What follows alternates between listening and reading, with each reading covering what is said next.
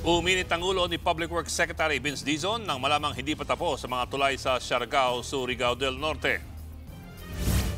Hindi ako yung taong dapat inuloko niyo. Kasi pag ako uminit ang ulo, what is the reason? Huwag ninyo akong lolo. Dismayado ang kalim sa nadatnan. Meron mga dineklarang completed pero hindi pa pala tapos. Meron ding wala pa sa kalahati ang konstruksyon. Ang babala ni Dizon sa mga nakausap na opisyal, huwag siyang lolokohin. Pinamamadali na ng kalihim ang konstruksyon at pinaimbisigan kung bakit ito naantala. Sisilipin ng mga kontraktor kung may koneksyon sa sinumang kongresista.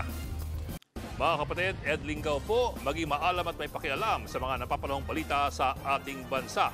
Para sa mas malilimang pagtalakay at paghimay sa mga issue at headlines, mag-follow at mag-subscribe sa social media pages ng News 5.